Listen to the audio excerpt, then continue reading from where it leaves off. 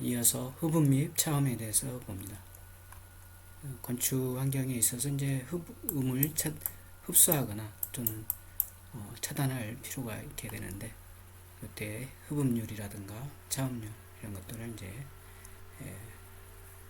환경 디자인할 때 고려하게 됩니다. 그래서 먼저 흡음률을 보면 어떤 재료가 어느 정도 흡음 효과를 가지고 있는가는 주파수별 흡음으로 이제 흡음률로 이렇게 표시되는데, 이때 흡음률은 이제 재료의 흡음률은 입사 에너지와 재료면에 흡수된 에너지 비율을 이제 흡음률이다 이렇게 표시한다. 그리고 흡음률은 주파수에 따라 이제 다르게 되고 0에서 1 사이의 값을 이제 가지고 변화한다. 이렇게 보면 되겠습니다.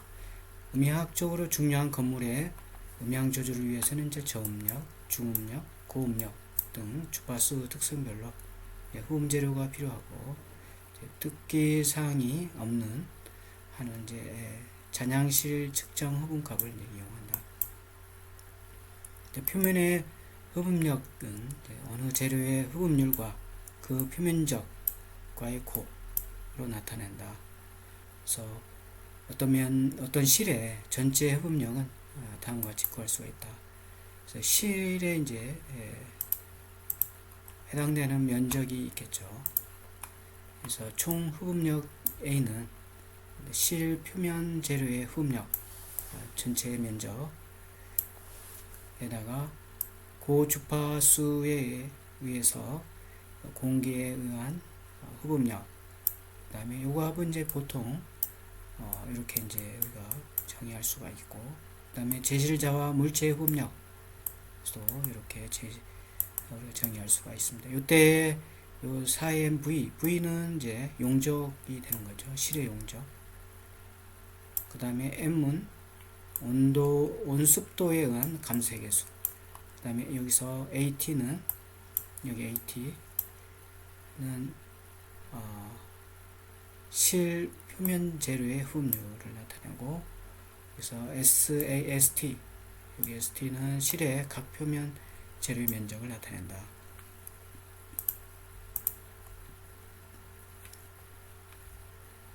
그 다음에 흡음 재료가 있는데, 다공성 흡음 재료는 이제 유리면, 앞면 등의 이제 광물면, 그 다음에 식물성 섬유류, 발법 플라스틱과 같은 이제 표면에 미세한 이제 구멍이 있는 그런 재료가 이제 다공성 재료가 되고, 흡음 재료의 대부분이 이제 여기에 속한다 이렇게 보면 되겠습니다. 재료의 표면에 입사한 음파는 좁은 틈 사이에 공기 속을 이제 전파할 때 주위벽과의 마찰이나 점성 저항 등에 의해서 에너지 일부가 열 에너지로 이제 변해서 흡음된다, 음을 흡수한다 이렇게 보면 되겠고, 다공성 흡음재의 흡음 특성은 재료의 특성, 재료의 두께, 재료 내의 좁은 틈새 상태, 그 다음에 통기성, 재료 뒷면의 공기층, 유무, 그거에 따라서 이제 달라지고, 좀 요약을 해서 보면 이렇게 나와 있습니다. 한 번씩 읽어보면 되겠습니다. 중 또는 고주파수에서의 흡음률은 크지만 주파수에서는 이제 급격히 저하된다. 그 다음에 이제 재료의 두께나 공기층 두께를 증가시킴으로써 저주파수의 흡음률을 이제 증가시킬 수 있다. 다공질 재료의 표면이 다른 재료에 의해서 피복되어 통기성이 저해되면 중 또는 고주파수에서의 흡음을 떨어뜨린다. 예를 보면 되겠습니다. 그 다음에 판 또는 막 진동 흡음재, 합판이라든가 섬유판 또는 스코보드, 그다음에 성면 슬레이트, 플라스틱판 등의 얇은 판에서의 음이 입사되면 판 진동, 판에서 가지고 있는 고유 진동수가 있을 텐데, 그거에 의해서 이제 일어나는 에너지 일부가 그 내부 마찰에 의해서 이제 소비된다. 이 재료의 흡음 특성은 판의 밀도, 그래서 이 판의 밀도라든가, 그다음에 강성, 공기층 두께 이런 거에 의해서 좌우된다. 특성을 써놨습니다. 보통 공명 주파수 범위가 80에서 300Hz의 저음역에 있으므로 저음용 흡음재로서 이용하고, 재료의 중량이 크거나 배우 공기층이 클수록 이제 공명 주파수 범위가 저음역으로 이제 이동한다, 그런 특성이 있고, 흡음률은 저음역에서는 0.2에서 0.5, 고음역에서 0.1, 그다음에 내외가 되고 반스판 구수위를 한다. 흡음판은 막진동에 하기 쉬운 얇은 걸수록 흡음률이 크죠. 예를 들어서 이제 이건 뭐 합판이라든가 서커보드인 경우는 그렇지만 막 멤브레인 같은 경우 있죠.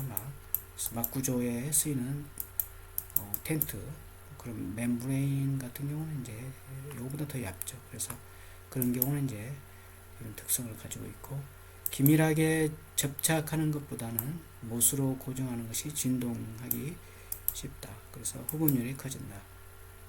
그다음에 흡음용 소프트텍스와 같은 다공질판은 배후 공기층을 갖게 하여 벽에 부딪히면 다공질형 특성과 판진동형 특성, 다공질, 아까 요 앞에서 봤던 다공질 특성과 판진동 특성이 조합해서 이제 흡음 특성을 보인다, 이런 얘기가 되겠습니다.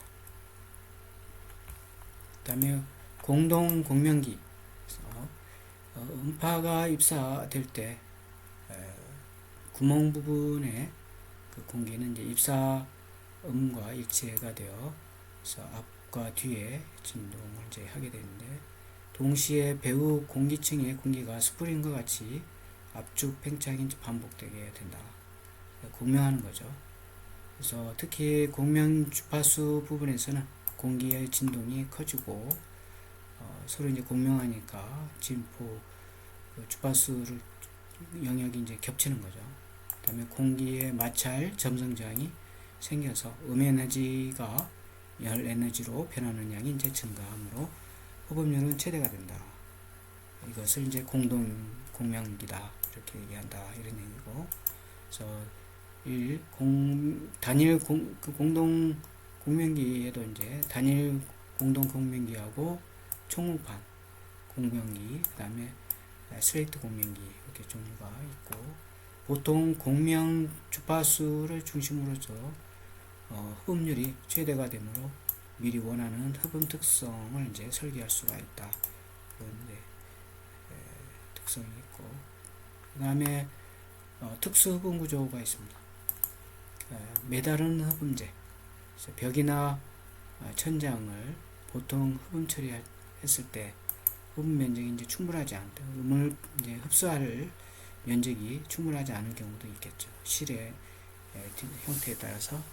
그런 경우 이제 또는 뭐 곤란한 경우도 있겠죠. 그런 경우는 이제 구리, 알루미늄, 하드보드 등에 이제 구멍을 뚫어서 판으로 만든 패널, 또는 입재파, 구, 뭐 이런 것들이죠.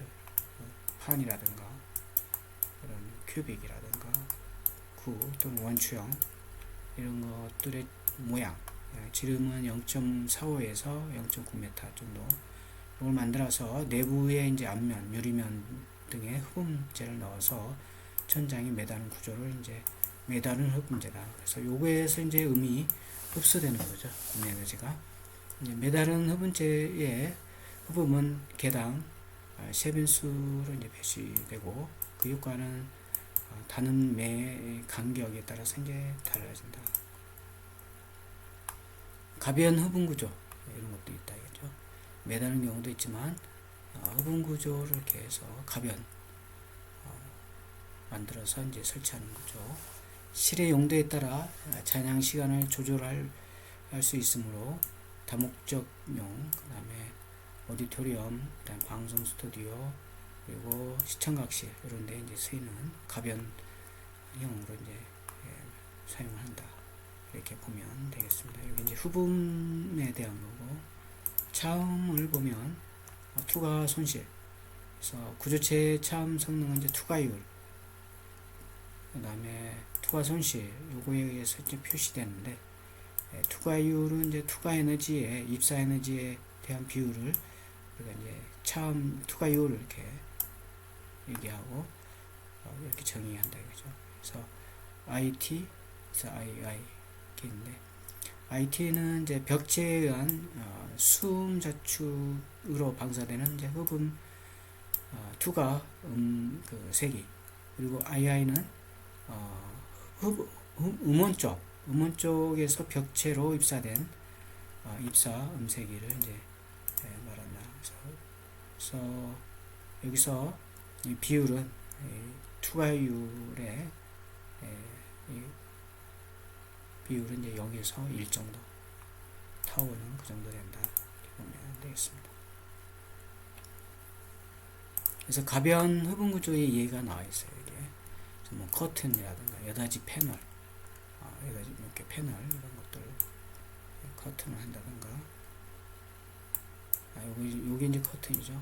커튼을 이렇게 흡음면이 전체 이제 있는 경우 반사면, 그 다음에 이런 여닫이 패널로 해서 한다든가, 또는 회전 패널, 이렇게 회전 패널, 그 다음에 삼각, 회전 전등, 그 다음에 삼각, 이런 형태를 가지고 흡음 구조의 가변을 할 수가 있다. 그 다음 차음 구조와 투과 원리 나왔죠. 여기 나온 것처럼 이제 이게 이제 차음제죠. 지금 차음제인데 반사음 세기가 있게 되겠죠.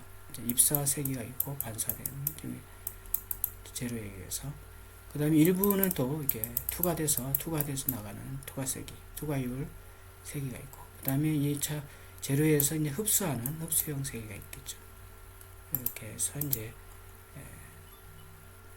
사용을 하고, 차음 구조에서 입사 에너지와 투과율은 이제 다음과 같은 이제 식을 가지고 쓸 수 있다. 투과 손실 TL은 10 로그 IT분의 II 또는 10 로그 타워분의 1 데시벨 이렇게 표시된다. 여기서 타워는 아까 얘기했던 투과율이 있었죠. 여기에 투과율, 요거가 이제 타워가 되겠습니다. 그 다음에 단일벽 투과 손실, 벽이 하나일 때 단일벽의 투과 손실은 벽의 면밀도, 그 다음에 투과하는 음의 주파수 관계로 이제 이렇게 정해진다. 그래서 음이 수지 입사될 때 단일벽의 투과 손실은 다음 근사식으로 이제 하는데, 이건 이제 질량 법칙을 이제 사용해서 차음에 관한 질량 법칙을 가지고 유도한 식이 되는데, 여기 투과 손실 이렇게 보면 20 로그 FM-43 이렇게 되죠. 그래서 벽의 중량이나 주파수가 이제 2배가 되면 TL0는 6dB 정도 이렇게 된다. 근데 실제 이제 음장에서는 음의 입사각의 난입사 0에서 78도씩 이렇게 입사되는 경우가 이제 있기 때문에 이렇게 음장 입사 질량 법칙에 의해서 그런 식을 얻어낼 수 있다. TL은 TL0 -5dB. 그러니까 여기에 TL0는 6dB 정도 된다고 했으니까 이렇게 식이 사용하게 됩니다. 사용하게 되고, 그 다음에 이중벽의 차음, 조금 전에 이제 단일벽인 경우였고, 이중벽인 경우는 단일벽의 투과 손실은 벽 두께를 2배로 해서 최대 6dB 밖에 커지지 않는다. 더군다나 이제 커지면 일치 효과, 주파수가 저음성이 되므로 위험 범위에 나타날 가능성이 있다. 이게 이제 단일벽이 어떻게 보면 단점이 되는데, 이걸 이제 보완하기 위해서 이중벽을 이제 벽이 이중으로 하는 거죠. 요 일치 효과 주파수가 이제 저음성이 되는 위험 범위에 대해서는 여기 가로에 설명이 되어 있습니다. 벽으로의 입사파와 벽체의 굽힘 강성에 의한 굴곡파의 파장이 일치하면 굴곡 진동이 생겨서 음의 투과가 커진다. 이를 이제 일치 효과다. 이렇게 설명해 놨습니다. 이걸 참고하면 되겠고,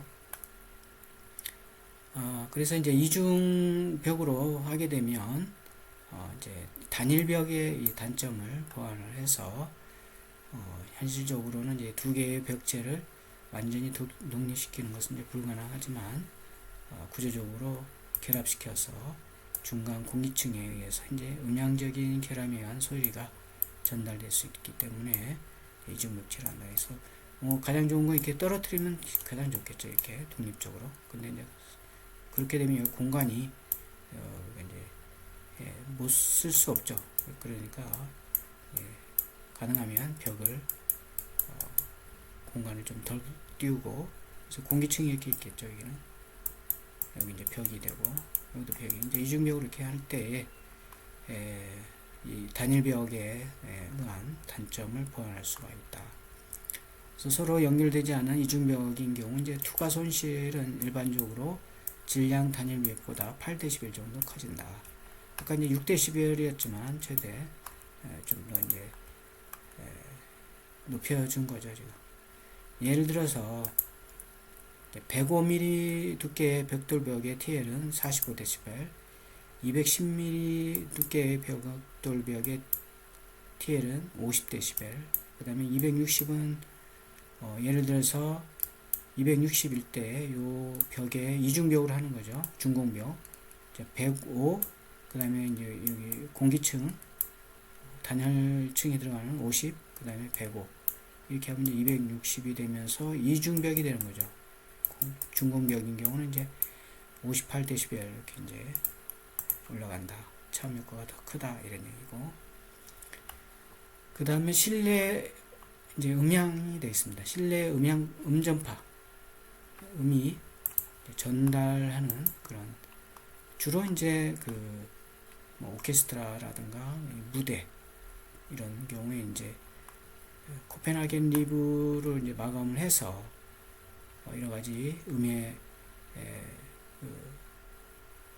효과를 제어하기도 하지만 이제 이러한 음의 실내에서의 전파를 우리가 디자인할 때 고려한다. 이렇게 보면 되겠습니다. 그래서 실외와 같은 자유 음장에서의 음파는 음원으로부터 이제 구면파로 전달됐지만 실내에 있는 경우에는 음파는 실외보다는 복잡하다. 왜 그러냐면 이제 갇혀 있죠 지금. 특히 이제 이런 어떤 뭐 무대를 갖춘 이런 오케스트라 공간이라든가 이런 공간은 이제 복잡하죠. 상당히 뭐 관람객이 있는 이런 돌출 부위도 있고, 그 다음에 음이 전달이 돼야 되기 때문에 그런 이런 실내에서는 이제 좀 고려를 한다. 그래서 실의 형상이라든가 크기, 구조 등에 따라서 이제 벽, 천장, 바닥, 건물 부위별의 음에 반사되는 거, 음향, 흡음되는 거, 확산, 회절, 공미 현상 등을 이제 고려해야 되겠죠. 발생이 되니까. 음의 이제 음향 특성을 결정하는 방법은 이제 계산에 의해서 통계적인 방법과 빛의 특성과 동일하게 취급해서 기하학적 조사 분석을 하는 방법이 있다. 통계학적인 방법이 있고 이제 이런 조사 방법이 있다. 한 예로 실내 음향의 현상을 그냥 기하학적으로 설명한 얘기가 되겠습니다. 그래서 여기 이제 뭐 거리에 따른 음의 감쇄, 1번 음이 여기서 이제 음이 가수가 소리를 지르면 이렇게 되겠죠.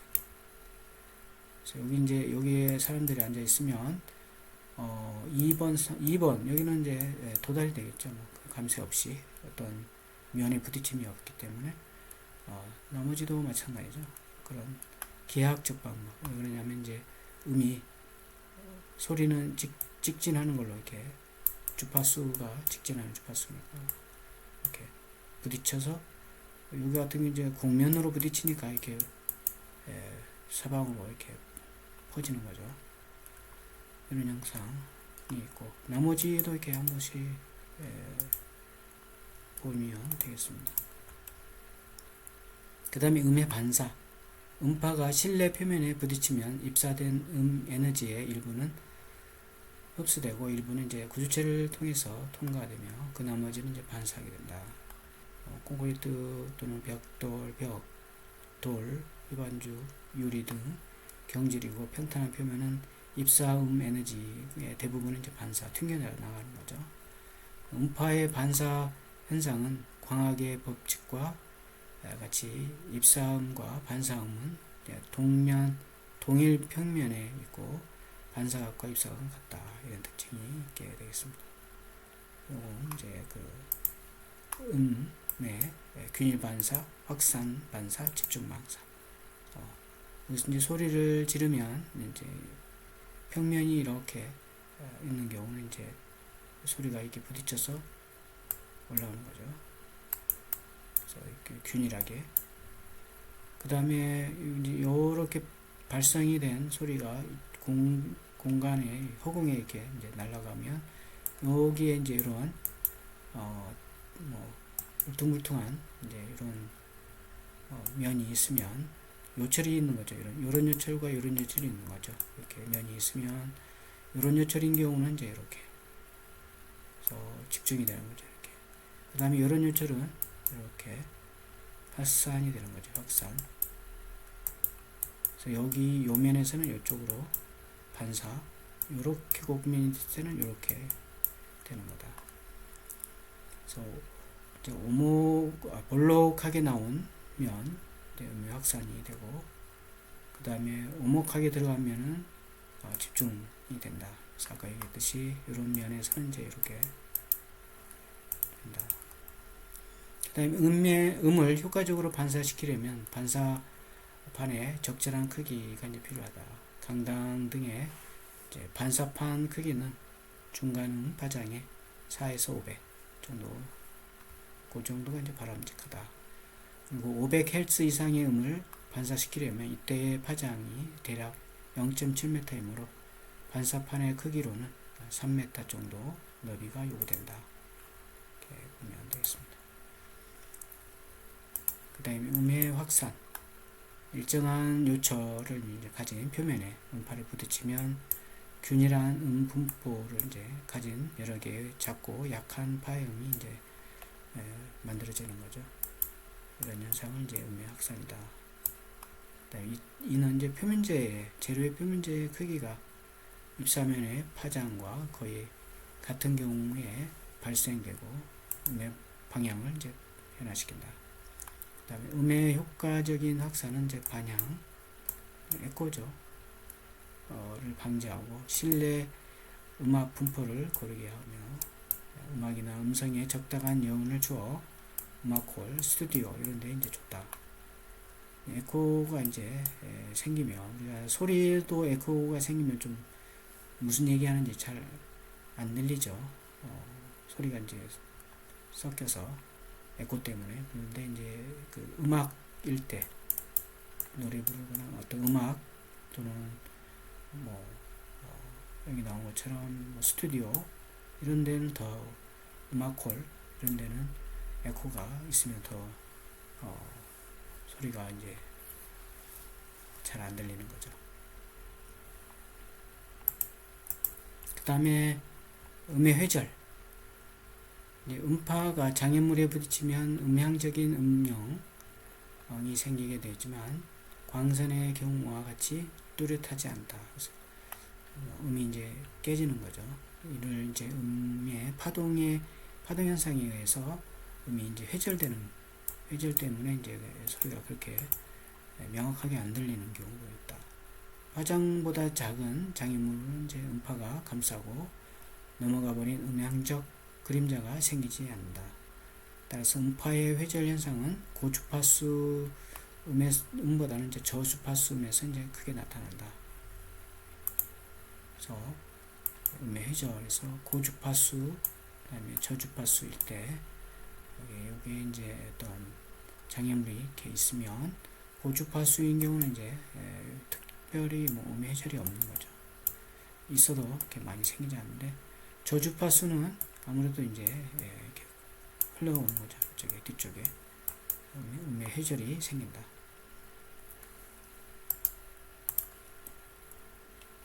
그 다음에 실의 공명과 정제파, 음을 발생하는 하나의 물체로부터 나오는 음의 에너지를 다른 물체가 흡수해서 같은 소리를 내기 시작하는 현상을 이제 음의 공명이다 이렇게 얘기를 하고, 이는 이제 입사음의 진동수가 벽, 천장, 표면 등의 고유 진동수와 일치하게 되면 이제 공명으로 일어나는 거죠. 그 다음에 특히 휘반죽과 같은 반사면으로 마감된 작은 실내에서는 공면 현상으로 음환경의 질이 저하된다. 회반죽인 경우는 이제 매끄럽기 때문에 아무래도 그렇죠. 음향 결함은 주로 이제 큰 실보다는 작은 실에서 문제가 되고, 정제파는 진행되는 음파가 반사면에 부딪힐 때 반대 방향으로 되돌아오는 음파의 중첩으로 음압의 변동이 중복되면서 실내에 머물러 있는 상태를 이제 말하는 게 정제파다. 이렇게 얘기하고 있고, 그 다음에 음향계획의 기준이 있습니다. 그래서 특히 이제 뭐 강연, 음악 이런 데 쓰이는 음악계획은 실내 전체에 충분한 음압이 고르게 분포대로, 음압이 이제 고르게 분포되면 어디에 있든 감상할 때 음이 제대로 들리겠죠. 객석은 가급적 무대에 음원 가까이 배치하도록 설계한다. 예를 들어서 뭐 발코니가 있는 부채꼴형 이렇게 함으로써 음원으로부터 거리를 가능한 작게 한다. 그 다음에 음원 근처에 반사체를 두어서 초기 반사를 이용하고, 반사체 크기는 반사되는 음의 파장 이상으로 한다. 객석 바닥은 시각적인 이유와 만족할 만한 직접음을 받도록 경사지게 하는 게 이제 유리하고, 부득이 수평일 때는 무대 음원의 위치를 가급적 높이게 한다. 그 다음에 실 바닥 면적과 용적은 합리적인 최소값으로서 직접음과 반사음의 거리를 잡게 한다. 그 다음에 잔향 특성은 말이 명확하게 들리고 음악이 아름답고 풍부하게 들리도록 조절한다. 즉 에코 특성 그렇다는 얘기죠. 말이 깨지거나 하면 안 되니까. 그 다음에 실내 어디서나 장기간 지연 반사음, 반향, 음의 집중, 음의 그림자, 질의 공명, 실의 공명, 음향적인 결함이 없어야 된다. 방해가 되는 소음과 진동이 없도록 해야 된다. 그게 이제 음향 계획할 때 고려사항이 되어 있고, 잔향의 정의, 실내에서는 음을 갑자기 중지시켜도 소리는 그 순간에 없어지는 것이 아니라 점차 이제 소리가 감소되면서 안 들리게 되죠. 이와 같이 발생이 중지된 후에도 소리가 실내에 남는 현상을 이제 잔향이다. 잔향 시간은 실내에 일정한 세기의 음을 제공하여 일정 상태가 되도록 했을 때 음원으로부터 음의 발생을 중지시킨 후에 실내 에너지 밀도가 최소값보다 60dB 감소하는 데 소요되는 시간을 우리가 이제 잔향 시간이다. 그래서 보통 이제 여기 음이 처음에 이제 발생이 되면 이렇게 이제 감소되고 나중에 이제 안 들리는 거죠. 그래서 여기 보면 이제 시간이 되고 음압 레벨 데시벨이 됩니다. 감쇄 곡선이 되고 여기 이제 60dB 정도 감쇄해야 되는 그때의 시간 RT가 이제 1.25초 된다. 이게 이제 잔향 시간이 되겠습니다. 그래서 사빈 잔향식 같은 경우는 RT를 이렇게 K A분의 V 또는 0.16 이렇게 해서 잔향 시간을 계산을 하도록 있습니다. 여기서 V와 K와 A는 이렇게 정의를 하고 있고, 잔향 시간이 짧은 실 또는 이렇게 4,000 사이클 초당 이상의 고음에서의 약간의 오차가 있으므로 이어링 또는 뉴스턴 이라는 식이 있는데, 사빈 잔향식, 이어링식, 뉴스턴식. 그래서 이 같은 게 이제 흡음력이 매우 적은 실에서 적합하고, 그 용도에 따라서 큰 실에서는 이제 이런 잔향식을 쓰고, 그 다음에 실 용적이 큰 실에 적합하고 공기에 점성 저항이 있는 음의 감쇄를 고려할 때는 이런 잔향식을 쓴다, 이렇게 보면 되겠습니다. 그래서 일반적으로는 이제 잔향식을 쓴다, 이렇게 보면 되겠어요. 여기에 흡음력이 매우 적은 실에 적합한. 그 다음에 최적 잔향 시간이 있는데, 회화, 강연, 연극 등에서는 언어의 높은 명료도가 이제 요구되기 때문에 대체로 잔향 시간이 작아야 된다. 그래서 그러나 이제 음악은 좋은 음질과 적당한 여운, 풍부한 음량, 이것들이 이제 요구되는 때문에 이제 다소 긴 잔향 시간이 필요하다. 잔향 계획 시 고려할 점은 이제 이런 것이 있다. 한 번씩 체크를 해 두시기 바라고, 그 다음에 과제물로 여기 지금 나와 있는 요 잔향식 요들을 한번, 이 세 개의 잔향식이 있고 용도가 이렇게 나와 있는데, 요거 어떤 내용의 잔향식인지 과제물을 한번 해서 카페에다가 제출하면 되겠습니다. 이번에 그 다음에 명료도와 요해도. 그래서 사람이 말할 때 명확하게 들려야 되겠죠. 정확히. 물론 이제 발음도 정확해야 되겠지만, 실의 디자인에 의해서 소리가 이제 깨지거나 발음이 뭉개지는 것이 이제 없도록. 그래서 명료도는 이제 사람이 말할 때 어느 정도 정확할 수 있는가를 표시한 기준, 이제 백분율로 나타내는 게 이제 명료도다. 그래서 음성 레벨이 80dB, 잔향 시간이 0초, 음성 레벨과 소음 레벨 차이가 50dB, 그때의 최대 명료값이 이제 96% 나온다. 명료도는 이제 96 곱하기 이렇게 표시된다, 이렇게 보면 되겠고, 이때의 K의 E, KR, K는 이제 이렇게 정의되고 있습니다. 그래서 명료도를 이제 구하는 계산 도표가 이렇게 나와 있습니다. 그래서 K값에 의해서 이 범위에 K값이 얼마냐에 따라서 이제 그 음악 레벨, 찬양 시간 이런 것들을 그래프에서 찾아서 값을 읽은 다음에 이렇게 계산해 주면 명료도가 나온다, 이런 얘기고, 그 다음에 요해도, 언어의 명료도에 의해서 말의 내용이 이제 얼마나 이해됐느냐 하는 것을 이제 나타낸, 배분율로 나타낸 게 이제 요해도다. 그래서 요해도와 명료도의 관계가 이제 요해도와 명료도의 관계. 그래서 여기가 이제 휘임이고, 명료도, 요해도 이렇게 되어 있는데, 언어 명료도가 이제 이렇게 있는 거죠. 각 음절의 전부를 이제 확실하게 들을 수는 이제 없어도 말의 내용이 이해되는 정도 경우, 이런 게 이제 요해도는 이제 명료도보다 높은 값을 갖게 된다, 이렇게 보면 되겠습니다. 그 다음에 마스킹 효과. 두 가지 음이 동시에 이제 귀에 들어와서 한쪽 음 때문에 다른 쪽의 음이 작게 들리는 현상을 이제 마스킹 효과다, 이렇게 보면 되겠습니다. 예를 들어서 공장 소음이 시끄러울 때 민가 마당의 분수나 또는 폭포 이것들을 이제 만들어 마스킹 시키면 공장 소음을 이제 작게 하는 그런 효과가 있다.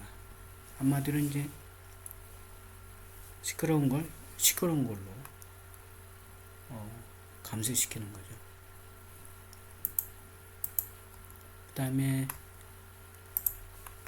실의 형태 계획. 평면 계획에서 객석은 실의 중심축으로부터 각각 70도 이내에 이제 위치하도록 하고, 가능한 음원 가까이 이제 위치한다. 이건 아까 디자인의 주의사항에서 있었죠.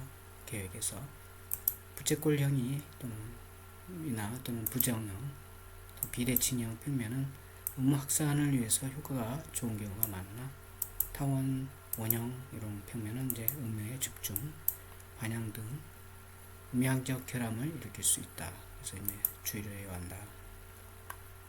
그다음에 천장이나 벽은 무대에서 멀리 떨어진 객석에 적당한 반사음을 보내어 음을 보강하거나 균일한 음분포가 되도록 한다. 그 다음에 일반적으로 이제 음원에 가까운 부분은 이제 반사성, 후면에는 확산성 또는 흡음성이 이제 갖도록 계획하고, 실의 바닥 면적과 용적은 조명 및 공기 조절, 시각적, 심리적 요구 외에도 이제 소요 잔향 시간, 적절한 음분법 유지를 위해서 음향적 측면에서도 고려해야 된다. 그 다음에 향상 장애가 되는 요인들, 현상들을 보면 이런 것들이 있다. 에코. 먼저 에코를 보면 직접 음이 들린 후에 뚜렷이 분리하여 반사음이 들리는 경우가 있는데, 에코, 반향, 산울림, 잘 알 거예요. 그냥 메아리 같은 거죠. 일반적으로 직접 음과 반사음과의 행정차가 17m 이상, 즉 시간차가 20분의 1초. 이때 이제 에코가 일어나기 쉽고, 음성의 명확도나 음악의 연주에 있어서는 많은 영향을 이제 미치기 때문에 가급적 없애야 된다. 그 다음에 플러터 에코. 박수 소리나 발자국 소리가 천장과 바닥면과 옆벽과 옆벽 사이에서 왕복 반사에 대해서 독특한 음색으로 울리는 것이 이제 플러터 에코다, 이렇게 보면 되겠습니다. 그 다음에 속삭임의 회랑. 음원으로부터 나온 음이 커다란 요철면을 따라 반사를 되풀이함으로써 속삭임과 같은 이제 그 작은 소리가 먼 곳까지 들리는 것, 이런 현상을 이제 말한다. 런던의 세인트폴 사원의 큰 돔 회랑, 여기서 이제 이런 세인트폴 돔에서 많이 나타나는 현상이 되겠습니다. 그리고 음의 집점과 사점. 빛의 경우와 마찬가지로 음파도 그 파장보다 큰 요철면에서 이제 반사한 음선에 의해서 집점이 생기고, 그 점의 음압도 커지는 경우가 있다. 반대로 다른 면에서는 이제 상대적인 음압이 작아지고 이 음의 분포가 불균일한 장소가 생기는데, 이건 이제 사점이다. 이렇게 이름을 붙인 거죠. 그래서 음의 특이 현상에서 플러터 효과, 발자국이나 그런 거에 의해서 생기는 플러터 에코, 속삭임이랑 이렇게 음이 계속 뱅글뱅글 돌면서 귓가를 이렇게 때리는 거죠. 그래서 윙윙윙 이렇게 소리가 들리는 거고, 음의 집점, 이쪽에 이제 집점이 되는 거고, 그 다음에 소음 및 진동 방지. 소음 방지, 소음원 대책, 그 다음에 실외에서의 소음 조절. 소음은 이제 소음의 그 음원 측, 전파 경로, 수음 측, 여기에 대해서 이제 소음에 대해서 또는 진동에 대해서 대책을 세우면 되겠죠. 소음 원대책으로 이제 소음을 제거하면 되겠죠, 그죠? 제거 또는 밀폐 이런 것들. 그 다음에 실외에서의 소음 조절, 거리에 의한 조절. 점 음원의 경우에는 모터라든가 뭐 비행기 소리, 거리의 2배일 때 이제 6dB 정도 된다. 그래서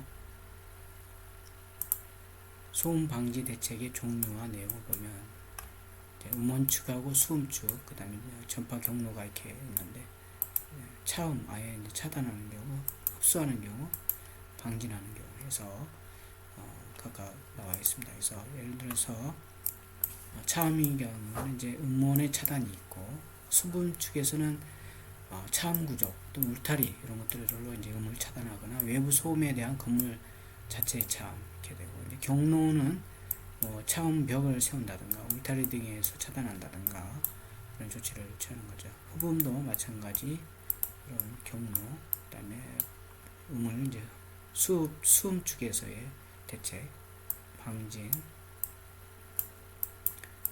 이렇게 있습니다.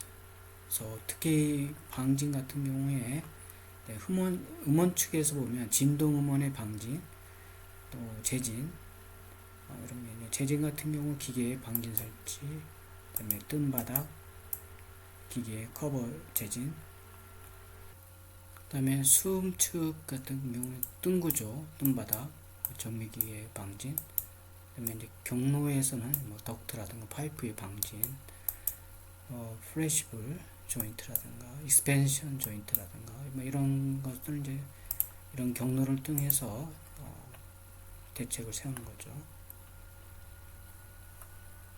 그 다음에 도로 소음, 교통 소음, 점 음음과 선 음음의 중간, 거리가 2배일 때마다 될 때 4dB 정도 감소된다 이렇게 보면 되겠고, 그 다음에 장벽에 의한 조절, 벽, 울타리 뭐 이런 거 있죠.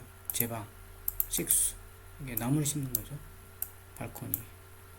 건축 계획에서 소음 조절, 배치 계획은 소음원에서 멀리 건물 배치하고, 부지 경계선으로부터 장벽을 설치하고, 소음원 쪽에 건물의 배면이 향하도록 이렇게 하면 되겠죠. 30dB를 감소한다. 침실, 서재 등의 소음을 반대쪽에 배치하면 소리 나는 곳에서 멀리 떨어뜨리는 거죠. 그래서 배치 이렇게 이제 중정을 둔다던가, 이렇게 이제 여기 소음원이 이렇게 있을 때 또 마찬가지. 그 다음에 건물 계획, 소음을 중시해야 할 침실, 서재 등의 계구부는 같은 방향을 배치한다. 아파트는 경계벽을 중심으로 같은 종류의 방을 배치, 수직적으로 또 같은 종류의 방을 배치한다.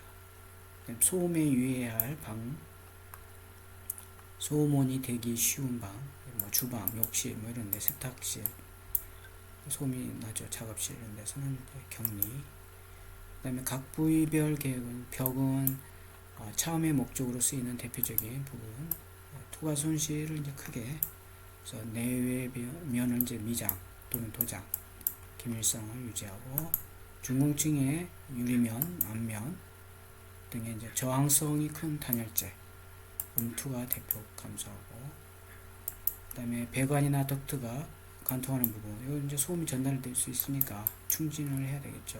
기밀성을 유지하도록 하고,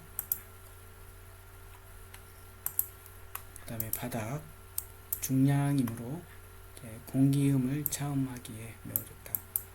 음에 대한 질량 높지. 그 다음에 밀도가 높은 재료로 두껍게 시공한다. 두껍게 시공하는 게 좋죠. 특히 이 바닥에서 층간소음에 의해서 이제 많은 사회적 문제가 되고 있기 때문에 충분히 고려해야 됩니다. 그 다음에 천장, 천장과 슬라브 사이에 다중 반사에 의한 공진, 차음 여객 감소, 천장 속에 흡음재 사용 시공, 통기성과 틈이 없도록 시공한다. 계구부, 차음 채광, 환기 조망, 대항열, 실용성, 경제성, 균형 이런 것들을 고려해서 이제 계구부를 설치한다. 뭐 창이라든가 외부 내부 기밀성 유지 뭐 이런 것들 주고 있습니다. 한 번씩 체크해 두기 바라고. 그 다음에 흡음하고 차음에 대한 소음 조절. 네. 건축 음향재료는 이제 흡음, 차음, 방진 이런 재료에 분리할 수가 있고, 목적에 따라서 적당한 이제 재료를 선택을 해줘야 됩니다. 차음제, 흡음제에서 차음제 같은 경우는 이제 음을 차단하는 거죠. 반사율이 큰 거죠. 아무래도 차단하는 거니까. 그다음에 투과는 이제 적게 하고, 흡음제도 반사율이 이제 크고 투과율이 이제 적은 흡음제를 사용하는 거죠. 그래서 한 번씩 읽어보면 되겠습니다. 그 다음에 이제 진동 방지, 배치 계획에 의한 진동 조절, 발생 부위의 조절, 진동 발생원의 구조체와의 절연, 끊는 거죠. 진동원과 구조체를. 그 다음에 방진 구조 이렇게 쓸 수 있다. 그 다음에 소음 측정 및 평가, 소음의 측정, 소음계를 쓰는 거죠. 무압 레벨은 이제 물리적인 양이지만 인간의 청감에 대한 보정을 위해서 음의 크기 레벨의 근사한 값을 측정할 수 있도록 그런 소음계를 사용한다. 소음계는 이제 마이크로폰, 증폭기 뭐 이런 것들을 이제 이용해서 측정하는 기계가 있고, 그다음에 청감 보정 회로, 그다음에 주파수 분석 이런 것들에 의해서 이제 소음 측정을 한 걸 가지고 판단한다. 청감 보정 회로는 보정하는 거죠. 특정 A 특성의 측정값은 이제 청각에 잘 대응하므로 소음 레벨로부터는 이제 보통 A 특성을 사용해서 측정하며 이 값을 이제 데시벨 이렇게 표시하고, C 특성은 마찬가지로 물리적인 음압의 근사함으로 분석이나 녹음을 할 때 사용하고, B 특성은 별로 사용할 필요는 없지만 A와 C 특성을 통해서 소음의 대체적 성격을 아는데 유효하고, 양쪽의 측정값을 기록한 값에 별로 차이가 없으면 그 소음의 주력은 고주파역에 있고, 차이가 큰 경우에는 이제 저주파역에 있다. 이렇게 이제 간주를 하는 거죠.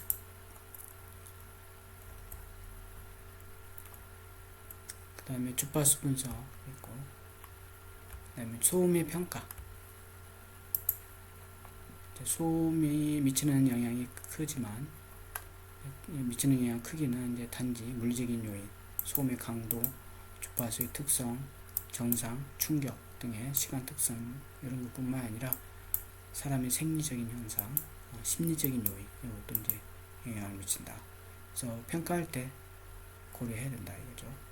소음의 크기에 주목한 것은 이제 여기 있는 것처럼 라우드니스 레벨, 소음 레벨이 되고, 소음의 시끄러움, 여기 크기고 시끄러움에 주목한 게 이제 PNL 이렇게, 또는 NC 곡선 또는 NR 곡선, 그다음에 성가심 이렇게 있습니다. 평가하는 방법이 있게 되어 있고, 그 다음에 소음 평가 지표, 평가 소음 레벨의 측정값에 소음의 시끄러움에 영향을 주는 요인에서 이제 충격 보정, 그 다음에 순음성 보정, 시간 보정 이런 것도 이제 소음 레벨이 되고, 등가 소음 레벨, 교통 소음과 같이 이제 소음의 크기가 일정하지 않고 시간에 따라 변화가 많은 그런 경우는 이제 소음 에너지를 시간적으로 평균하여 대수 변화하는 것이 이제 등가 소음 레벨이 되고, 주야 등가 소음 레벨이 있고, 야간에 등가 소음 레벨에 10dB를 이제 가산 보정한 것이 주야 등가 소음 레벨이 되고, 교통 소음 지수가 있습니다. TNI.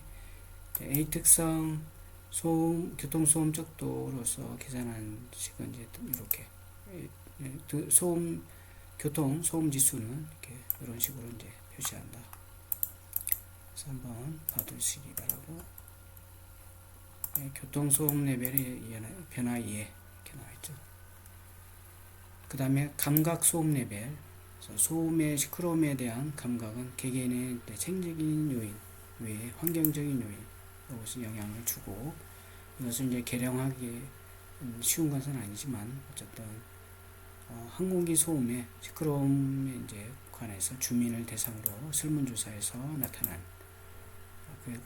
그것이 이제 감각 소음 레벨이 되고, 그 다음에 WEC, 그 다음에 PNL, 항공기 소음을 이제 표시하는 방법이 되겠고, 보정을 통해서 표시한 게 NNI가 되겠습니다.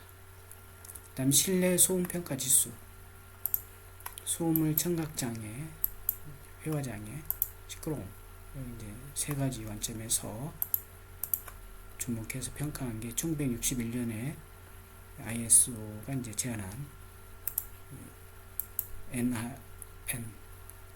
NI 요거에 의해서 제안한 것이 이제 있는데, NI 같은 경우는 1000Hz의 옥타브 밴드 레벨에서 이제 평가 곡선이 NR 수와 일치한 그런 경우에 이제 해당이 된다. 그래서 뭐 여기 이제 그림이 NR 곡선이 있습니다. 그래서 이거 참고해서 이쪽에 이제 중심 주파수가 되고 옥타브 레벨이 되고 소음 평가 지수가 있습니다. 각각에. 그래서 N이 이제 0부터 이렇게 쭉 나와 있는 거죠. 참고하면 되겠습니다. 그 밖에 건축에 있어서 실내 소음 기준 NR 곡선에서 나타내는 거가 있습니다. 그래서 대화, 요 사람에 의해서 대화의 양호한 전달을 위해서는 중고음 성분이 암소음을 이제 충분히 작게 해야 된다. 그런 게 이제 조사됐고, NC 곡선을 제안했습니다. 그래서 NC 값은 실질적으로 NRN과 이제 같다. 이렇게 보면 되겠어요. 권한 방법도 거의 동일합니다. 자, 여기까지 오늘은 하고 마치도록 합니다. 수고했습니다.